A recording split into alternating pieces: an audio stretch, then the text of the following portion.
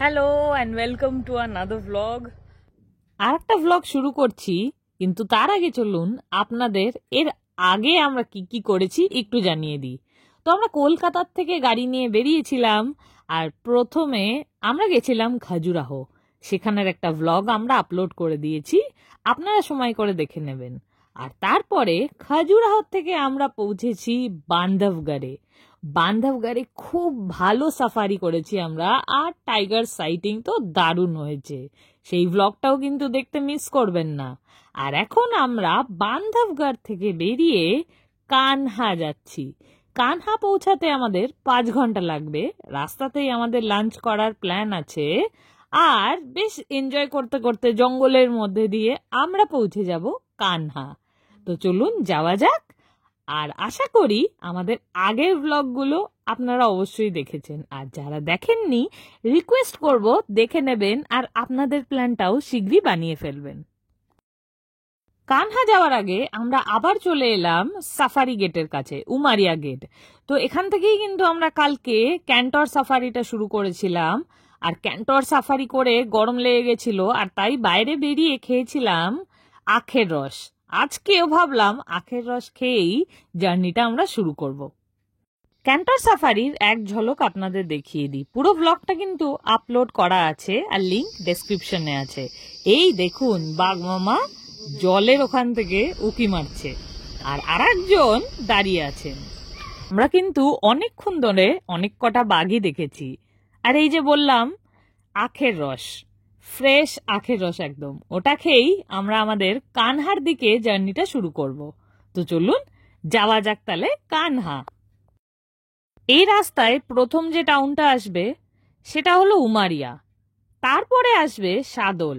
সাদলেই আমাদের প্ল্যান আছে আজকের লাঞ্চটা সেরে নেব, কারণ পৌঁছাতে পৌঁছাতে মনে হচ্ছে অন্ধকার হয়েই যাবে। তো চলুন দেখি সাদলে কেমন লাঞ্চ বা রেস্টুরেন্ট পাওয়া যায়। এই জার্নিতে বেশিরভাগ রাস্তাটাই জঙ্গলের মধ্যে দিয়েই হবে। কখনো কখনো গ্রাম পড়বে, আর নয়তো ছোট ছোট টাউন পড়তে পারে। বা তাছাড়া মনে হচ্ছে কানহা অবধি আমরা জঙ্গল ভালোই পাবো। আমরা কিন্তু এর আগে একবার কানহা অলরেডি ঘুরে গেছিলাম, আর তখন জঙ্গল সাফারিও করেছি। তাছাড়া আমরা রিসেন্টলি জিম করবেটও করেছি, আর এবার তো বান্ধবগড় করব। আর কাজিরাঙ্গা কিন্তু আমরা বেশ দুবার ঘুরে নিয়েছি। খুবই ভালো সাফারি ছিল ওখানকার। আর আমাদের সব ট্রিপই কিন্তু কলকাতার থেকে গাড়ি নিয়ে। আপনারা যারা গাড়ি ড্রাইভ করে আসতে ভালোবাসেন আমাদের ব্লগসগুলো দেখতে মিস করবেন না। আশা করি আপনাদের ভালো লাগবে। ওই যে দেখুন রাস্তার ধারে কত হরিণ। এরকম কিন্তু আমরা আগের বার কানহা যখন গিয়েছিলাম তখন কিন্তু বেশ অনেক হরিণই রাস্তার এপারে ওপারে আমরা দেখেছিলাম রাস্তা ক্রস করতেও। ওরে বাবা, এখানে তো আরো অনেক হরিণ। এটা কিন্তু আমরা এখনো বান্ধবগড়ের জঙ্গলের আশেপাশেই আছি। অনেক সময় বলেছে আমাদের এখানে বাঘও দেখা যায়। বান্ধবগড়ে কিন্তু বেশ অনেক বাঘ, কারণ জঙ্গলটা ছোট, আর বাঘ সাইটিং এখানে বেশ ভালোই হয়।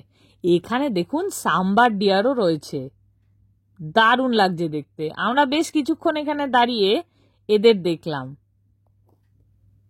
বাহ, আর একটা অসাধারণ দেখতে স্পটেড ডিয়ার, একদম আমাদের গাড়ির পাশে। দেখুন ভয়ও পাচ্ছে না। সামনে দেখতে পাচ্ছেন ওটা হলো চেকপোস্ট। বান্ধবগড়ে এরকম অনেক জায়গাতেই চেকপোস্ট থাকে।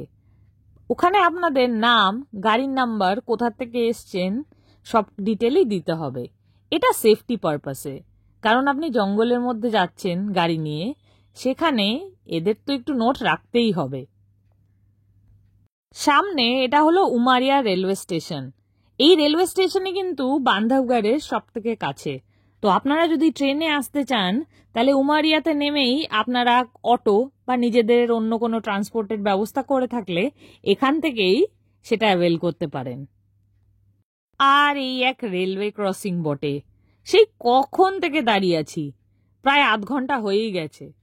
আর তারপরে এতক্ষণ পরে যাচ্ছে এই ট্রেনটা।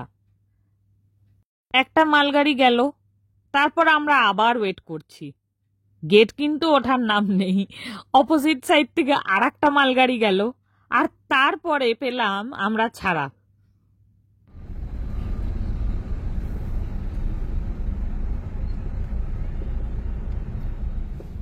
হ্যালো করো। হ্যালো। উমারিয়াকে পিছনে ফেলে আমরা এগিয়ে চললাম শাহপুরার দিকে। এখান থেকে শাহপুরা বেশ ৪৫ মিনিট মতো লাগবে, আর ২:৩ নাগাদ এক্সপেক্টেড যে আমরা শাহপুরা পৌঁছাবো, আর লাঞ্চ করার প্ল্যান ওখানেই। ওটা একটা কিন্তু স্মল টাউন, দেখা যাক কেমন লাঞ্চের জায়গায় পাওয়া যায়। রাস্তাটা কিন্তু অসাধারণ, দুদিকে জঙ্গল, মাঝখান দিয়ে এই সুন্দর রাস্তা, আর রাস্তার সারফেস কিন্তু এক্সিলেন্ট। এখানে গাড়ি চালিয়ে একটা আলাদাই মজা। আপনারা যারা গাড়ি চালাতে ভালোবাসেন, এই রাস্তাটা কিন্তু একদম আপনাদের জন্য তৈরি। দারুণ এনজয় করবেন আপনারা এই রাস্তায় গাড়ি চালিয়ে। অনেকেই আমাদের বলে আমরা এত দূরে দূরে রোড ট্রিপ কেন করি। জানেন তো কেন করি? রাস্তা দিয়ে গেলে আমরা কত শহরের মধ্যে দিয়ে ক্রস করি, আর কত কিছু নতুন দেখতে পাই। সেখানকার মানুষ, আশেপাশের হিস্ট্রি, লোকাল খাবার, একটা আলাদাই মজা। আমার তো মনে হয় রোড ট্রিপে অনেক বেশি এক্সপ্লোর করা যায় নিজের টাইমে।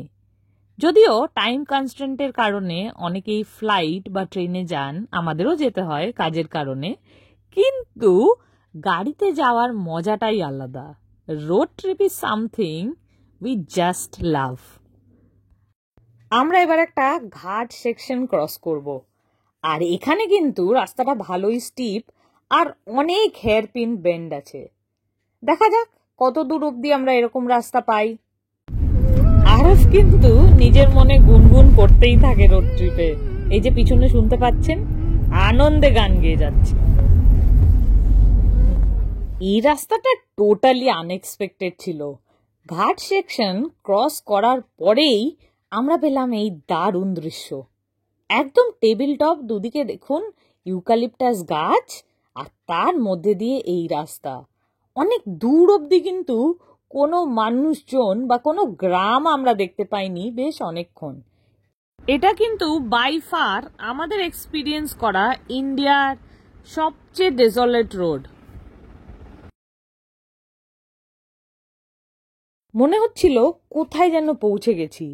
মধ্যপ্রদেশের সৌন্দর্যই কিন্তু আলাদা।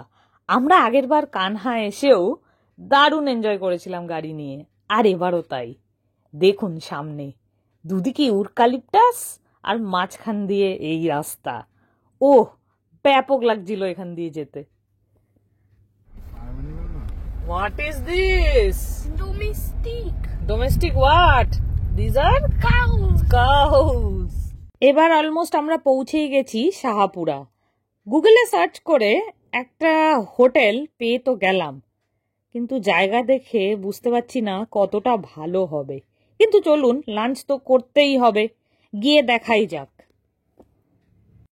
এই যে পেয়ে গেছি, হোটেল অ্যান্ড রেস্টুরেন্ট ছায়া প্যালেস। বেশ বড় কিন্তু হোটেলটা, ভিতরে রেস্টুরেন্টটাও ভালোই। যাওয়া যাক তাহলে। এসে গেছে আমাদের থালি। খুব জলদি এই খাবারটা খেয়ে আমরা কানহার দিকে আবার রওনা হব। চেষ্টা করছি যত তাড়াতাড়ি পৌঁছানো যায়। খাওয়ার টেস্ট এক্সিলেন্ট ছিল।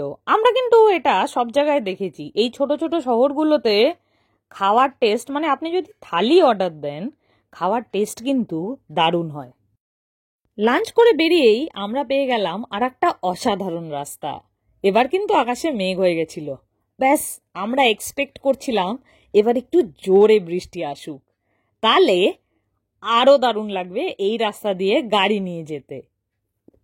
এইসব রাস্তা দিয়ে গেলে কিন্তু বোঝা যায় আমাদের ভারতবর্ষ কতটা সুন্দর। একদম আনএক্সপ্লোর্ড রোডস এগুলো। যাই হোক, একটা কথা আপনাদের বলে রাখি, যখনই এরকম রাস্তা দিয়ে আপনারা যাবেন, হঠাৎ কিন্তু এদিক ওদিক নেমে পড়বেন না। এটা একটা সাজেশন দিলাম আমাদের ট্রাভেল এক্সপিরিয়েন্স থেকে। কারণটা তো দেখতেই পারছেন, অনেক দূর দূর অবধি কোনো মানুষজন এখানে কিন্তু দেখা যাচ্ছে না। আর 138 কিলোমিটার বাকি, আর গুগল ম্যাপস বলছে 2 ঘন্টা 45 মিনিট মতো লাগবে এই ডিস্টেন্সটা কভার করতে। এই দেখুন রাস্তার ধারে আমরা কি কিনলাম। একটা বাচ্চা একটা গ্রামের ধারে দাঁড়িয়ে এই জামগুলো বিক্রি করছিল। এগুলো কিন্তু খুব ভালো লাগে খেতে আমাদের, তাই নিয়ে নিলাম। মাত্র 10 টাকা, ভাবা যায়। আর একটু এগোতেই দেখতে পেলাম লোকাল হাট, যাকে বলে হাট বসেছে। দেখুন দুদিকেই রাস্তার এদিকে ওদিকে অনেক সবজির দোকান, জামা কাপড়ের দোকান আর মানুষজনের ভিড়। সব গ্রামের লোক এখানেই এসে পৌঁছেছে। কিন্তু এতটা রাস্তা এলাম, গ্রাম কিন্তু তেমন দেখতে পেলাম না। এরা মনে হয় অনেক দূর থেকে এখানে পৌঁছেছে। এত ফ্রেশ সবজি দেখে বেশ লোভ লাগছিল, মনে হচ্ছিল কটা কিনে নিই। অবশ্য আমাদের আগের ব্লগ দেখলে কিন্তু আপনারা দেখবেন আমরা এগুলো করেই থাকি। এই আরেকটু এগিয়ে এই জায়গাটা কিন্তু ভালোই ভিড়, আর আমাদের গাড়ি ব্লক করলো গরু আর ষাঁড়ে। যাই হোক, এগিয়ে গেলাম আরেকটু, কিন্তু সামনে দেখছি মানুষজন একদম ভিড় করে সবজি জামা কাপড় সব কিনছে। জিজ্ঞেস করতে জানলাম এই হাট নাকি মাসে একদিনই বসে। তো যাই হোক, ভালোই লাগছিল এদিক ওদিক দেখতে।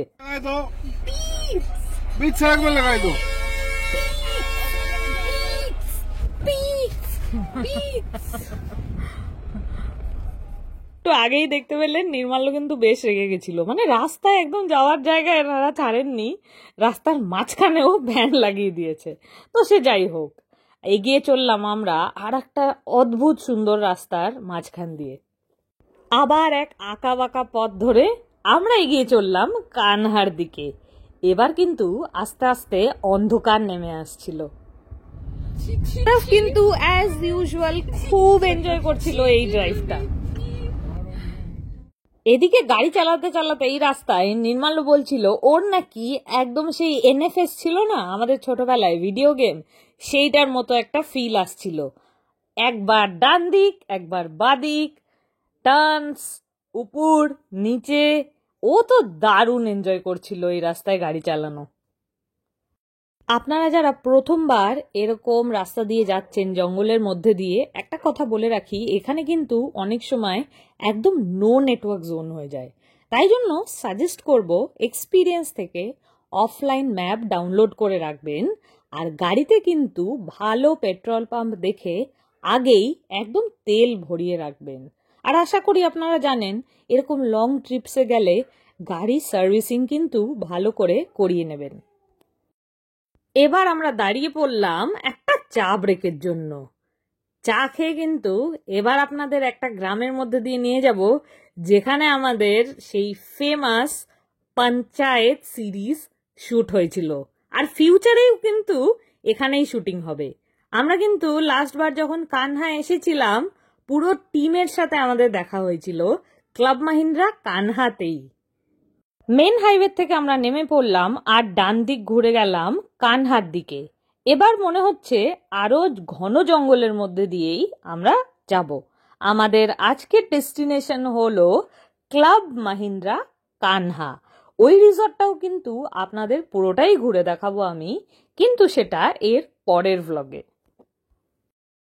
সামনেই রয়েছে একটা গ্রাম, আর যেটা আপনাদের বলছিলাম এই গ্রামের আশেপাশেই কিন্তু শুটিং হয়েছে পঞ্চায়েত সিরিজ, আর এখানেই কিন্তু পুরো ক্রুটা আসে এবং ক্লাব মাহিন্দ্রাতে বা ভালো কোনো হোটেলে থেকে এই জায়গায় এসে শুটিংটা হয়। ফিউচারেও এটাই হবে। প্রবেশ করলাম কানহা ফরেস্টে। এটাই হলো বাফার জোন, আর বাফার জোনের মধ্যে মধ্যে দিয়েই আমরা কিন্তু চলে যাব আমাদের রিসর্টের দিকে। আমরা যে রিসর্টটায় থাকবো ওটা কিন্তু কোর এরিয়ার একদম গায়ে লাগা। বাদিকে দেখছেন এটা হলো কানহার চেকপোস্ট, যেরকম বান্ধবগড়েও আপনারা দেখতে পেয়েছেন।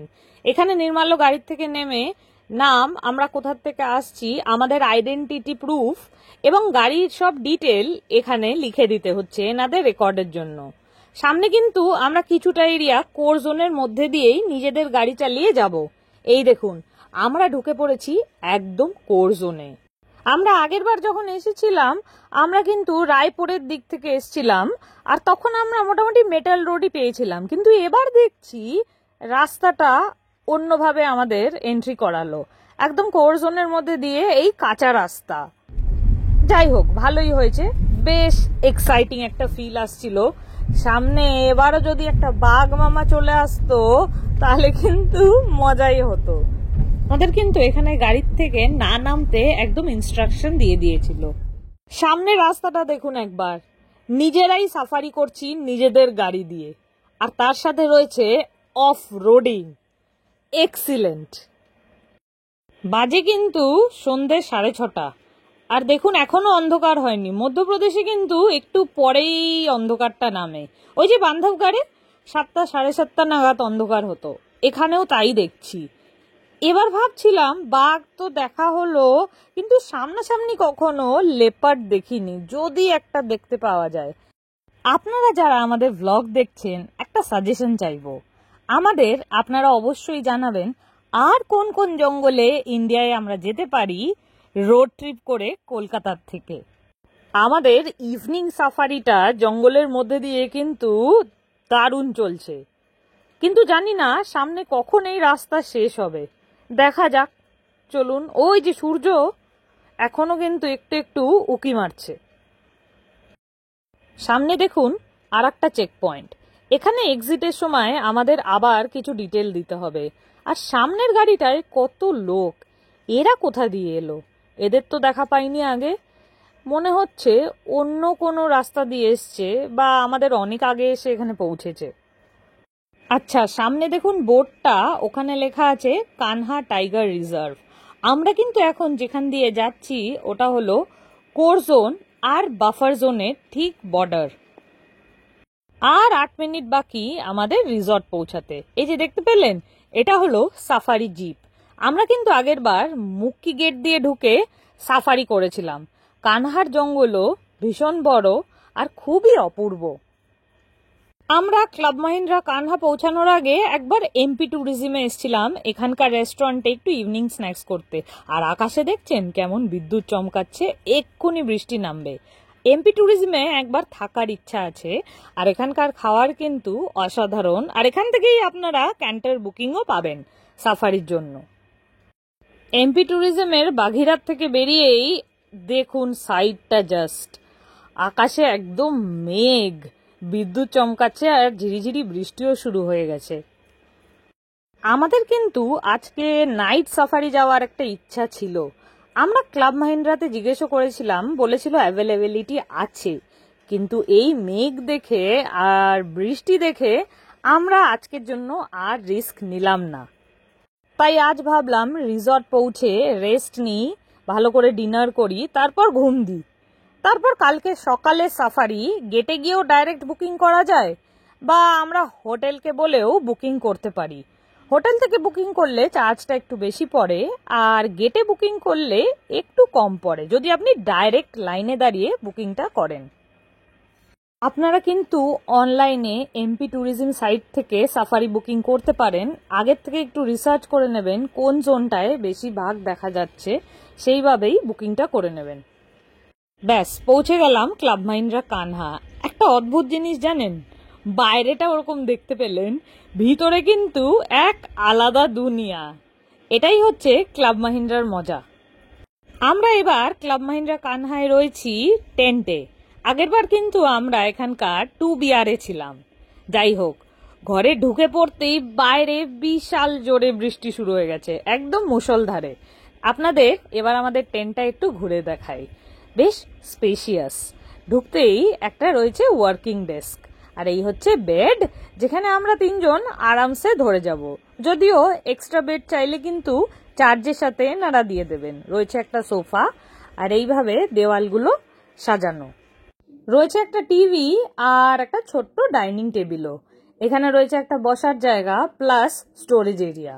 আর এখানে কিন্তু ক্লাব মাহিন্দ্রার এই টেন্টে রয়েছে কাপ, প্লেট, নানান রকম ক্রকারি আইটেম, আর রয়েছে মাইক্রো ওভেন, যাতে আপনারা ঘরে খাবার অর্ডার দিয়ে খেলেও বা এক্সট্রা খাবার নিয়ে আসে যদি খেতে চান, তাহলে কিন্তু আপনারা গরম করে খেতে পারেন। আর এই যে রয়েছে জলের ব্যবস্থা, প্লাস আপনারা ওনাদের জানালে রিসেপশনে মিনারেল ওয়াটার কিন্তু পৌঁছে দিয়ে যাবে। একটা মিনি ফ্রিজও রয়েছে। আর টেন্টের সাথেই অ্যাটাচ রয়েছে একটা দারুণ বারান্দা, ওপেন কিন্তু পুরোটাই। ওটা অসাধারণ। ওটা আপনাদের এর পরের ব্লগে আমি যখন প্রপার্টি ট্যুরটা দেব, তখন বারান্দাটায় গিয়ে আপনাদের একবার ওখানকার ভিউটা দেখাবো। আমি বারান্দার দরজাটা হালকা করে খুলে দেখাচ্ছি। দেখুন কেমন জোরে বৃষ্টি পড়ছে।